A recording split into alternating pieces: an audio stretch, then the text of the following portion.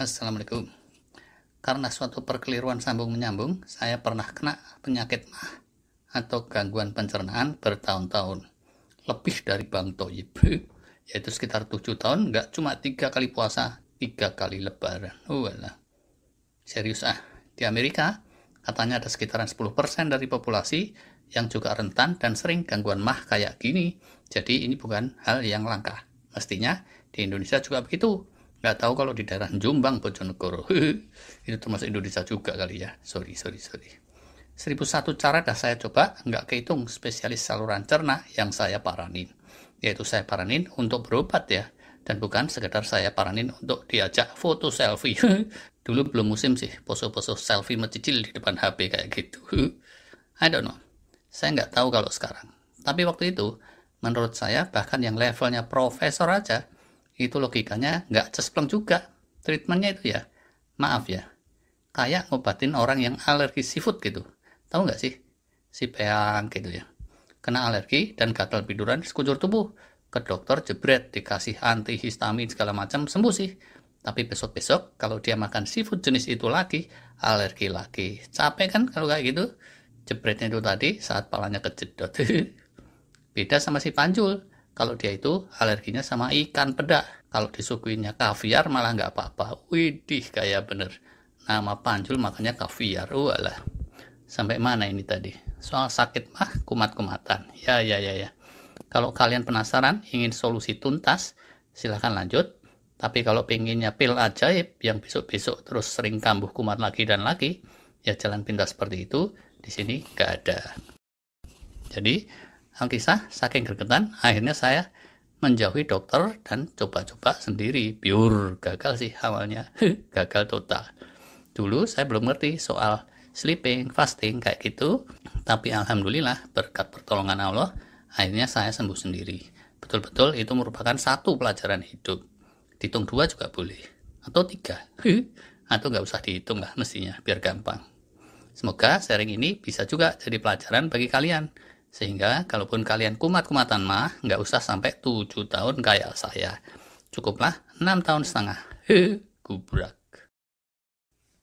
Nah, kalau di antara kalian ada yang baru-baru ini saja kena gangguan pencernaan, gastritis, MAH, peptic ulcer, GERD, atau apapun itu istilahnya, welcome to the club.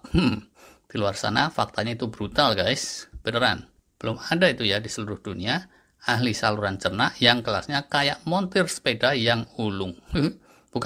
Bukannya dokter itu bodoh-bodoh, sebaliknya mereka pinter-pinter. Ya, tapi kalau sepeda itu kan simpel. Jadi, montir yang ulung dia bisa paham soal sepeda ujung ke ujung. Sedangkan spesialis saluran cerna, oh man, jangankan sistem keseluruhan, satu bagian aja, bagian usus 12 jari misalnya. Itu sedunia mungkin belum ada yang bisa paham ujung ke ujung. Walau alam. Udah kelasnya dokter aja, gelar doktornya double sekalipun, coba aja tuh ujian sidang. Diuji biokimia oleh ahli-ahli kelas dunia. Bisa belepetan tuh. Kalaupun biokimia lulus, bidang mikrobiologi yang belepetan.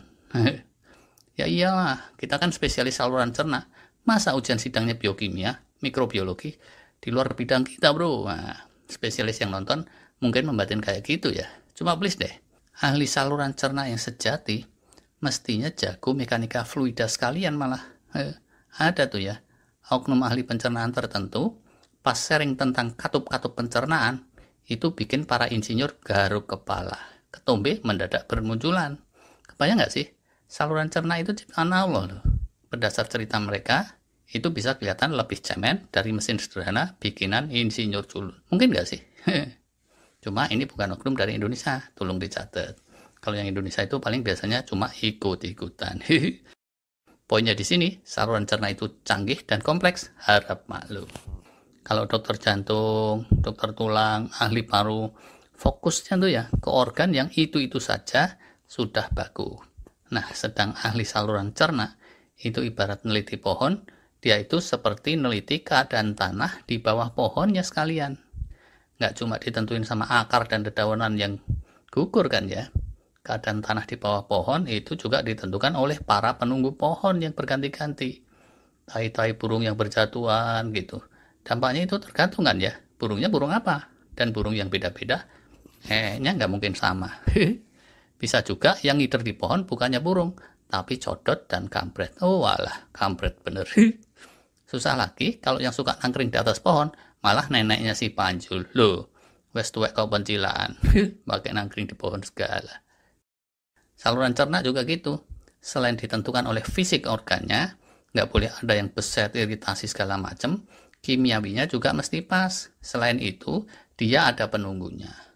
Bukan berupa gendruwo atau kuntilanak, tapi berupa gut microbiome atau mikrobiota yang berubah-ubah dari hari ke hari dan jumlahnya bisa sekitar 100 triliun ekor loh. Kalau mikrobiota nggak kondusif, dia bisa bikin perlukaan di jalur pencernaan, bisa juga ganggu kestabilan enzim dan asam lambung segala macam. Lebih dari itu, dia bahkan bisa bikin gangguan yang sifatnya holistik sekujur tubuh. Lah, orang kalau sering kumat mah ya, tipikal nih, biasanya berpantang makanan ini itu. Sebaliknya, dia makan banyak obat mah. Nah, ujungnya konstelasi mikrobiom bisa ambiar tuh. Kalau sesekali sih bisa cepat beres lagi, normal lagi. Tapi kalau berlarut-larut, kumatnya sering, susah lagi menormalisasinya. Sering kumat mah juga cenderung merusak kualitas tidur pula. Lah, padahal healing rejuvenation itu kencengnya di saat tidur. Jadi lingkaran setan nih. Obat-obat mahnya itu macam-macam. Yang ringan dibilang antasida, obat warung nih kalau ini. Dia mereaksi sebagian asam lambung jadi bentuk lain. Terus ada obat yang lebih paten yang sifatnya menekan produksi asam lambung. Ada lagi yang lebih kuat lagi, itu bisa kurang lebih menyetop produksi asam lambung. Nah tapi kalau yang kelas berat-berat itu, selain ngacak-ngacak mikrobiota, ada juga yang punya efek penenang atau efek aneh-aneh yang lain. Bisa bikin cepet linglung dan kopior tuh.